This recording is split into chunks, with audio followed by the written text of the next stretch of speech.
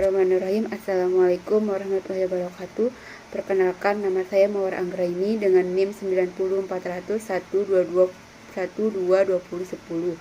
Di sini saya akan memaparkan materi tentang mengukur dan mengendalikan aset perusahaan terkait dengan mata kuliah Sistem Pengendalian Manajemen. Pada subbab mengukur dan mengendalikan aset perusahaan ini terdapat 5 poin. Yang pertama, pada poin pertama subbab ini, yang pertama itu ada struktur analisis.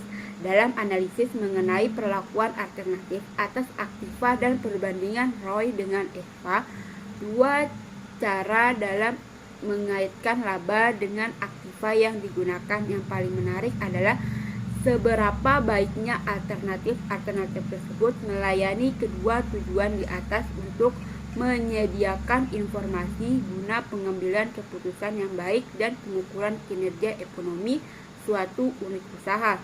Memfokuskan diri pada laba tanpa mempertimbangkan aktiva yang digunakan untuk menghasilkan laba tidaklah mencukupi untuk proses pengendalian. Nah, pada umumnya para manajer unit usaha itu memiliki dua sasaran kinerja, yaitu yang pertama, mereka harus menghasilkan laba yang mencukupi dari sumber daya yang digunakan.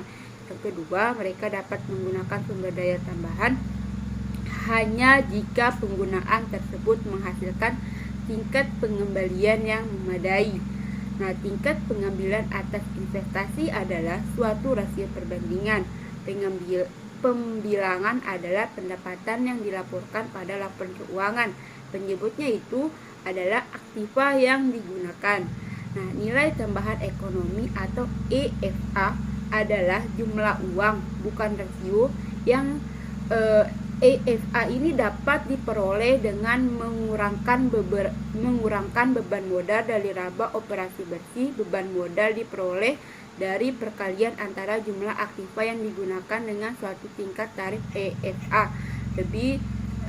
Tarif EFA lebih unggul dibandingkan dengan ROI dari sisi konsep, dan oleh karena itu EFA akan digunakan dalam contoh-contoh yang ada. Yang kedua, ada pengukuran aset perusahaan. Yang pertama itu ada kas. Nah, hampir semua perusahaan mengendalikan kas secara terpusat karena pengendalian pusat memungkinkan penggunaan saldo kas yang lebih kecil daripada jika setiap unit usaha memegang saldo kas yang dibutuhkannya untuk menyeimbangkan perbedaan antara kas masuk dan arus kas keluar. Yang kedua itu ada piutang. Manajer unit usaha dapat mempengaruhi tingkat piutang secara tidak langsung melalui kemampuan mereka untuk menghasilkan penjualan dan secara langsung melalui penetapan persyaratan kredit dan persetujuan atas kredit individual dan batas kredit, serta memulai wewenang mereka dalam menagih kredit yang jatuh tempo. Piutang diukur dengan nilai bersih yang dapat direalisasikan, yaitu nominal piutang dikurangi dengan penyisihan kerugian piutang tidak tertagih. Yang ketiga itu ada persediaan. Persediaan biasanya diperlakukan sama seperti piutang, yaitu dicatat pada jumlah akhir periode, meskipun rata-rata antar periode lebih baik secara konsep. Metode yang dapat digunakan adalah FIFO, average, atau LIFO costing.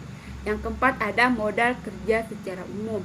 Nah, perlakuan modal kerja sangatlah bervariasi pada suatu sisi perusahaan. Memasukkan seluruh aktiva lancar ke dalam dasar investasi dengan tidak mengeliminasi kewajiban lancar. Modal kerja adalah aktiva lancar dikurangi dengan kewajiban lancar. Yang selanjutnya ada properti, pabrik, dan peralatan atau yang disebut juga dengan aktiva tetap. Nah, dalam akuntansi keuangan, aktiva tetap awalnya dicatat pada biaya perolehan, dan biaya ini dihapuskan sepanjang umur ekonomis aktiva. Melalui penyusutan, hampir semua perusahaan menggunakan pendekatan yang sama dalam mengukur profitabilitas atas dasar aktiva unit usaha. Hal ini menyebabkan permasalahan serius dalam penggunaan sistem tersebut untuk tujuan yang dimaksudkan. Permasalahan tersebut dianalisis pada bagian-bagian. Yang pertama ada akuisisi peralatan baru. Jika aktiva telah disusutkan dimasukkan ke dalam dasar investasi pada nilai buku bersih, maka profitabilitas unit usaha tersebut akan dinyatakan salah pada nilai buku bersih pada para manajer usaha dan termotivasi untuk mengambil keputusan akuisisi yang tetap. Yang kedua, ada nilai buku kotor. ROI yang dihitung berdasarkan nilai buku kotor akan selalu menyatakan terlalu rendah tingkat pengembalian sebenarnya. Yang ketiga, ada di posisi aktiva. Jika aktiva dimasukkan ke dalam dasar investasi pada biaya awalnya, maka manajer unit usaha akan termotivasi untuk menghilangkan aktiva tersebut meskipun aktiva itu memiliki suatu kegunaan karena dasar investasi unit usaha akan berkurang sejumlah biaya penuh dari aktiva tersebut.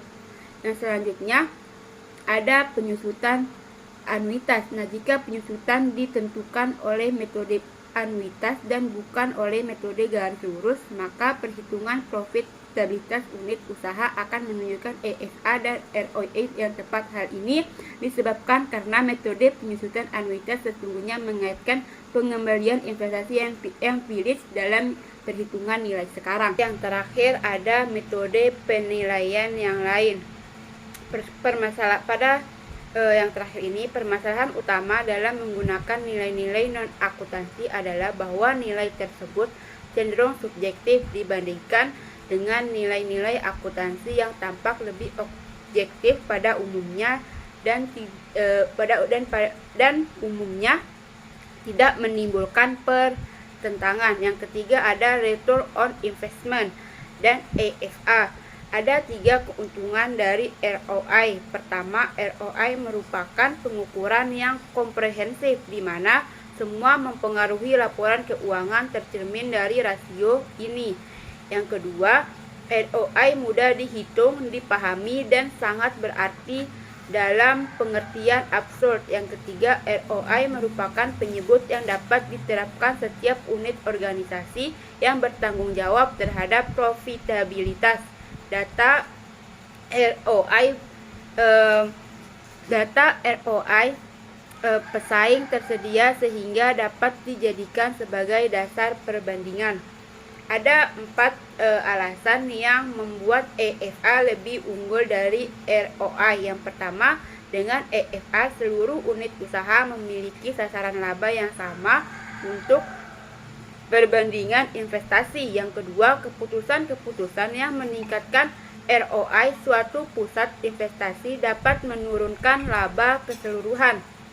Yang ketiga, EFA adalah tingkat suku bunga yang berbeda, dapat digunakan untuk jenis aktiva yang berbeda pula. Yang terakhir ada EFA berlawanan dengan ROI.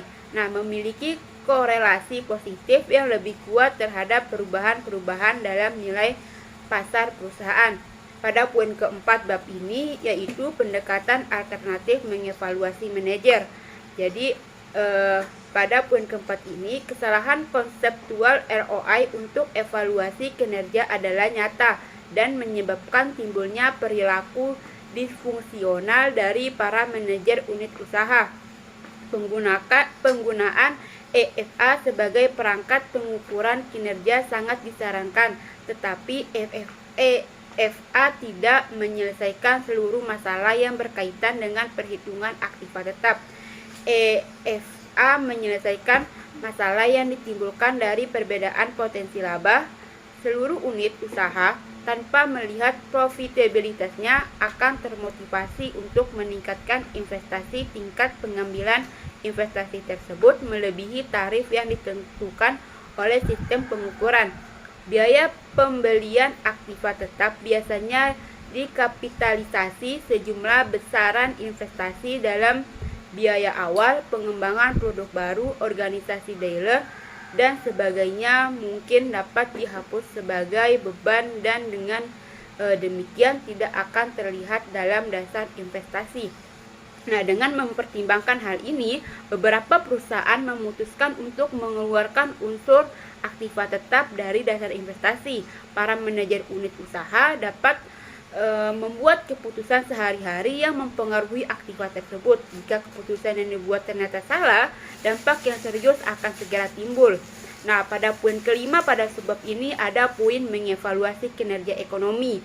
Nah, pada poin ini, laporan-laporan ekonomi memberikan indikasi apakah strategi unit usaha yang sekarang sudah memuaskan dan jika tidak, keputusan apa yang harus diambil untuk unit usaha tersebut. Apakah memperbesar, memperkecil, mengubah arah, atau menjualnya. Laporan-laporan ekonomi dapat dijadikan dasar untuk memperoleh nilai perusahaan secara keseluruhan yang disebut break-up value, yaitu estimasi jumlah yang akan diterima oleh para pemegang saham jika masing-masing unit usaha dijual. Break-up value berguna bagi organisasi luar yang sedang akan membuat penawaran pengambilan alihan perusahaan. Laporan ini berguna bagi pihak manajemen dalam menilai suatu tawaran. Laporan ekonomi lebih berfokus pada profitabilitas di masa depan daripada profitabilitas yang sekarang atau yang lalu. Nah, secara konsep, suatu unit usaha adalah nilai sekarang dari pendapatan di masa depan. Hal ini dihitung dengan mengestimasi arus kas untuk setiap tahun di masa depan dan mendiskontokan setiap arus kas tersebut pada tarif laba yang telah ditentukan. Analisis tersebut dilakukan untuk 5 atau 10 tahun yang akan datang. Aktiva yang ada di tangan pada akhir periode diasumsikan memiliki nilai tertentu, yaitu nilai akhir atau terminal value yang didiskontokan dan ditambahkan ke nilai arus kas tahunan. Terima kasih, mungkin sekian yang dapat saya sampaikan. Maaf jika terjadi kesalahan atau kekurangan. Wassalamualaikum warahmatullahi wabarakatuh.